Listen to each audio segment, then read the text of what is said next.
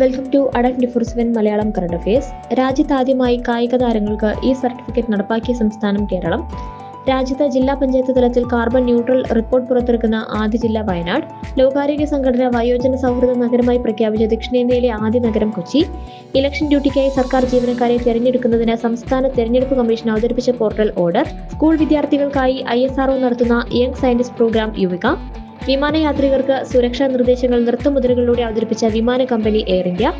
ഇന്ത്യയിൽ ആദ്യമായി septic tank cleaning റോബോട്ടിനെ വികസിപ്പിച്ചത് IIT മദ്രാസ്. ഇന്ത്യയിലെ ഏറ്റവും വലിയ സോളാർ ബാറ്ററി സ്റ്റോറേജ് സിസ്റ്റം നിലവിൽ വന്നത് ഛത്തീസ്ഗഡ്. APJ അബ്ദുൽ കലാം സാങ്കേതിക ശാസ്ത്ര സർവകലാശാലയുടെ ആദ്യ ഓംബുഡ്സ്മാൻ ഡോക്ടർ ധർമ്മരാജ് അഡ. National cultural centre for humanities ഏർപ്പെടുത്തിയ പ്രഥമ ജവഹർലാൽ നെഹ്റു സമ്മാനത്തിന് അർഹനായത് പ്രതാപൻ തായാട്ട്. കീസ് യൂണിവേഴ്സിറ്റിയുടെ ഹ്യൂമാനിറ്റേറിയൻ അവാർഡിന് അർഹനായത് ബിൽ ഗേറ്റ്സ്. ബ്രിട്ടീഷ് രാജാവിന്റെ ബഹുമതിയായ നൈറ്റ്ഹുഡ് പദവി ലഭിച്ച ഇന്ത്യയിലെ വ്യവസായി സുനിൽ മിത്തൽ.